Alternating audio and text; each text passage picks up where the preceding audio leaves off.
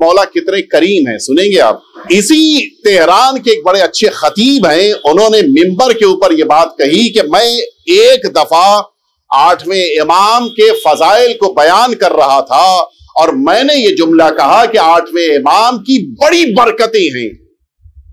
اور میں مجلس پڑھنے کے بعد جب منبر سے اترا تو ایک شخص میرے پاس آیا, کہا مولانا آپ نے 8ویں امام کی برکتوں کو بیان کیا, میں نے 8ویں امام کی برکتوں کا مشاہدہ کیا ہے.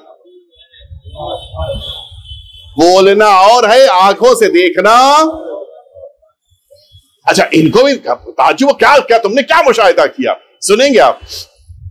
آج سے 30 سال پہلے کا واقعہ ہے. کہتا ہے وہ کہ میں اسی تہران کا ایک اچھا بہترین بزنس مین تھا اور میرا بزنس بہت اچھا چل رہا تھا. لیکن کبھی کبھی ہوتا ہے, یہ بزنس مین جو افراد آپ کے درمیان یہ بات اچھے سے جانتے ہوں گے, کبھی کبھی انسان لون لیتا ہے اس امید پہ کہ یہ کام ہو جائے گا, لون پے کر دیں گے. اس نے لون اٹھایا وہ بھی 300 ملین کا, بہت بڑا اماؤنٹ, یہ سوچ کے کہ بزنس بڑھے گا, پیسہ دھیرے دھیرے آدھا ہو جائے گا, میرا بزنس اور زیادہ بڑھ جائے گا.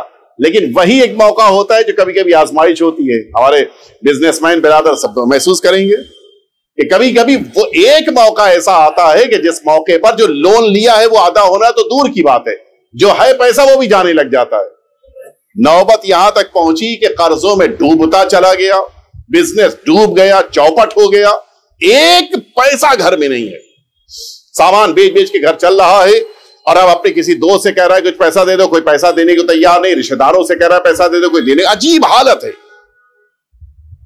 عالم یہ ہو گیا کہ سارے قرضدار دروازے پہ آتے تھے, ہمت نہیں ہوتی تھی کہ دروازے پہ جا کے ان کو جواب دے. کہتا ہے کہ میں اپنی زوجہ کو کبھی کبھی بھیجتا تھا, جاؤ تم ان کو نپٹاؤ, ان سے بات کرو. میری زوجہ آتی تھی, کہتی تھی طبیعت ٹھیک نہیں ہے, حالات ٹھیک نہیں ہے, ذرا سا کچھ مہلت دے دو. آخر میں میری وائف نے بھی انکار کر دیا کہ اب میں بات نہیں کروں گی ان سے. میں کہاں تک میں شرمندہ ہو رہی ہوں, پورا محلہ ہنس رہا ہے میرے اوپر. آخر میں جب زوجہ بھی نا امید ہو گئی تو یہ کہتا ہے کہ میں نے اپنی زوجہ سے کہا دیکھو میں نے سارے دروازے کھٹکھٹا لیے, سارے دوستوں سے میں نے فریاد کر لی, سب سے مدد لے لی, لیکن کسی نے مدد نہیں کی. ایک شخصیت بچی ہے بس,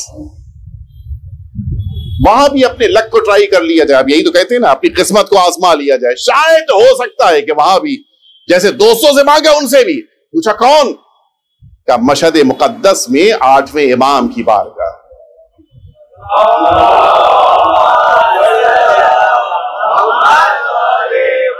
چلو چلتے ہیں. وہاں چل کے بیوی نے کہا کہ ہاں بات تو صحیح ہے, ان کی بارگاہ سے مل سکتا ہے. اس نے اچانک یہ جملہ کہہ دیا کہ چلو ایک بار امام کو بھی آزماتے ہیں کہ وہ معاذ اللہ دوستوں کی طرح سے ہیں کہ کوئی جواب نہ دیں, یا نہیں وہ واقعاً امام ہے اور مدد بھی کریں گے. کہ دیکھو جا رہے ہو, تمہیں آزمانا ہے, دیکھنا ہے, لیکن یہ بتاؤ کہ جانے کے لیے تمہارے پاس پیسہ ہے؟ کہ پیسہ تو نہیں ہے, جاؤ گے کیسے؟ اچھا یقین جب انسان کو ہو, اسی کو کہتے ہیں یقین. کہتا ہے کہ بس کہیں سے میرے یہاں سے مشہد تک جانے کا بس کا کرایہ بس اتنا انتظام کر دو بس. اچھا جانے والا جاتا ہے تو واپس بھی تو آتا ہے. یقین دیکھیں آپ اس کا. کہتا ہے مجھے واپسی کا کرایہ لے کے جانے کی ضرورت نہیں ہے, جن کے پاس جا رہا ہوں واپسی کے کرایہ خود دیں گے. کیا یقین دیکھیں. بیوی نے کچھ گھر میں 2-3 چیزیں تھیں ان کو بیچا, لیکن پھر بھی رقم پوری نہیں ہوئی. اس نے کچھ قرضہ ورضہ لیا اپنے بہن سے, اور اس کے بعد پیسے کا انتظام کیا. تھوڑا سا پیسہ اس نے الگ سے بھی رکھ دیا کہ جب جانا تو جس دن جاؤ گے اس دن دوپہر کا کھانا بھی تو کھاؤ گے, کیا کرو گے. پیسہ جیب میں لے کے آیا, بس میں بیٹھا, مشہد مقدس آیا. اچھا کوئی سامان تو لے کے آیا نہیں ہے, سیدھا ٹرمینل سے امام کے حرم میں پہنچ گیا. اور اب مولا سے آ کے گڑ گڑا رہا ہے کہ مولا واپسی کے کرائے کے بغیر آیا ہوں آپ کے پاس, سب آپ سے چاہیے مجھے. اتنا رویا, اتنا گڑ گڑایا, اتنی التماس کی کہ سر میں درد ہونے لگا. دوپہر کا وقت آ چکا تھا, صبح پہنچا تھا, صبح سے دوپہر تک فریاد کر رہا تھا. اٹھا, سوچا چلے دوپہر چل کے کچھ مختصر سا سستے قسم کا کھانا کھا لیں, سینڈوچ وغیرہ, اور پھر آ کے واپس دوبارہ بیٹھتے امام سے پھر فریاد کریں گے. اور اب جو آیا وہاں پر جہاں پہ شوز رکھے جاتے ہیں, آپ نے دیکھا ہوگا جو شوز رکھتے ہیں یہ آپ کو ایک ٹوکن دیتے ہیں, اس ٹوکن کو جیب میں رکھنا ہوتا ہے تاکہ واپسی میں آپ دکھائیں تو آپ کو اسی نمبر کا جوتا دے دیا جائے. اب جو اس نے اس ٹوکن کے لیے اپنی جیب میں ہاتھ ڈالا تو پتہ یہ چلا کہ ٹوکن تو گیا ہی گیا, وہ جو دوپہر کے کھانے کے لیے زوجہ نے الگ سے رقم رکھ کے دی تھی جیب میں، وہ بھی چلی گئی، پاکٹ مار لی گئی۔ کہتا ہے کہ آپ تو ظاہر ہے کہ ہم آپ ہوتے تو کیا ہوتا، اب تو بالکل امید ختم ہو گئی۔ کہتا میں سیدھا واپس امام کی زنی کے سامنے آگے کھڑا، کیسا جوتا واپس سے نا، کیسا دوپہر کا کھانا، سیدھا امام کے سامنے آگے کھڑا ہو گیا۔ اور میں نے بڑے عجیب لہجے میں مولا سے کہا کہ مولا، یا تو آپ یہ کہیے کہ آپ کو نہیں پتا کہ میری جیب کاٹی گئی معاذ اللہ، یا کہیے کہ آپ کو پتا ہے کہ جیب کاٹی گئی میری، آپ کو پتا تھا۔ اگر آپ کہہ دیں کہ آپ کو نہیں پتا تھا تو یہ آپ کی ولایت کے خلاف ہے، اس لیے کہ ابھی میں گواہی دے کے آیا ہوں کہ آپ مجھے دیکھ رہے ہیں، آپ جانتے ہیں۔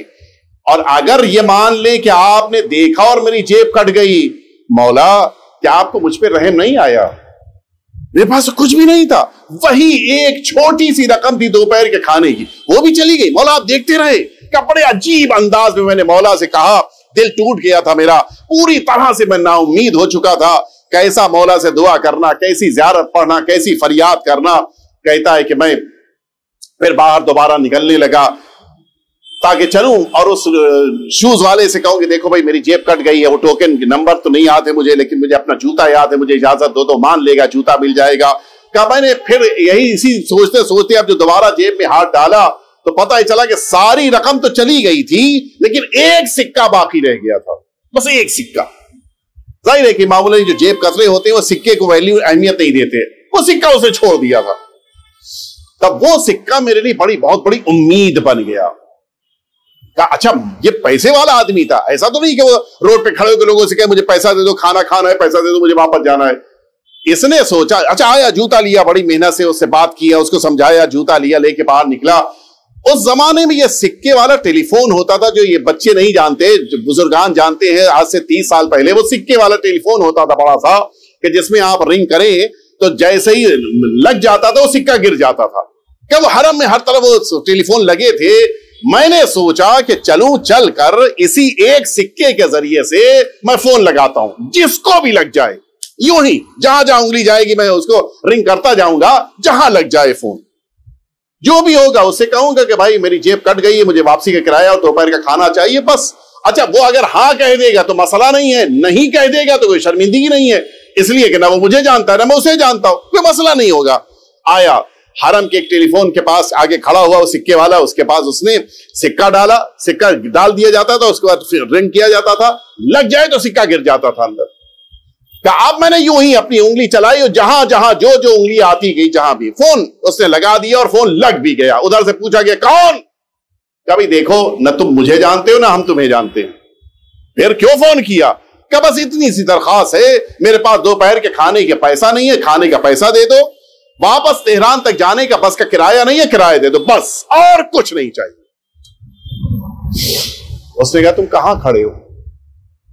یہ ذرا سٹپٹایا، اچھا یہ بھی نہیں بتائے گا تو پیسہ کیسے ملے گا؟ اس نے بڑی مشکل سے بتا دیا کہ میں حرم میں فلاں جگہ کھڑا ہوں۔ اس نے کہا ٹھیک آدھے گھنٹے تک بس کھڑے رہو، ابھی میں تم کو بلوا لیتا ہوں وہاں سے۔ تھوڑی ہمت پیدا ہوئی اس کی، 25 منٹ ہی گزرے تھے کہ دیکھا ایک آدمی آیا، پوچھا تم فلاں آدمی ہو؟ کہا میں فلاں آدمی ہوں۔ یہاں پہ ابھی تم نے فون کیا تھا؟ کہاں فون کیا تھا؟ کہا میں تمہیں لینے آیا ہوں۔ یہ دیکھنے سے سمجھ گیا کہ یہ کوئی ڈرائیور ہے، باہر نکلا، دیکھا بہترین گاڑی کھڑی ہوئی ہے، بڑی عالی شان، بیٹھا گاڑی میں، ڈرائیور لے کے اس کو گیا۔ ایران مشہد میں ایک بڑا قیمتی بڑا پوش ایریا ہے احمد آباد، یہ میں بھی گیا ہوں، بہت اچھا ایریا سمجھا جاتا ہے، بڑے اچھے قسم کے لوگ رہتے ہیں۔ احمد آباد لے کے پہنچا یہ اس کو، وہاں پہنچنے کے بعد گاڑی سے ہوتا دیکھا وہ محل جیسا گھر ہے، اس میں لے کے اندر جا رہا ہے ڈرائیور۔ اندر گیا، دیکھا وہ آدمی موجود ہے جس سے فون پہ بات ہوئی تھی، سمجھ گیا یہی آدمی ملینر تھا، بہت بڑا پیسے والا۔ اب یہ سوچ رہا ہے کہ اس سے بتائیں کہ کیا بات ہے، نہیں ابھی کچھ نہیں بات کرنا ہے، آؤ چلو پہلے کھانا کھاؤ، بیٹھو۔ کھانا کھلایا، اس کے بعد چائے ناشتہ سب کچھ ہونے کے بعد کہتا ہے اب بتاؤ تمہاری اصل بات کیا ہے؟ کہ مجھے کچھ نہیں بات، کھانا کھانا تو تمہیں کھلا دیا، واپسی تہران تک کی مجھے کرایہ چاہیے، کرایہ دے دو، بس خدا حافظ میں جا رہا ہوں۔ کہا نہیں ایسے نہیں، بتاؤ اصل بات کیا ہے؟ جاؤ گے تہران تو کیا کرو گے؟ تمہارے پاس پیسہ ویسا ہے؟ کہ نہیں پیسہ تو نہیں ہے۔ کیوں؟ کہ میں تو تہران کا بزنس مین ہوں، 30 ملین کا قرضہ ہے، لہٰذا روڈ پہ آ گیا ہوں، لہٰذا اب بس اتنا کر دو۔ میں آیا تھا مشہد مولا سے مانگنے کے لیے، مولا سے ملا نہیں، بلکہ جو تھا وہ بھی چلا گیا، بس اتنا کر دو، مجھے ٹکٹ دے دو۔ اس نے کہا کتنا تمہارا قرضہ تھا؟ کہا 30 ملین۔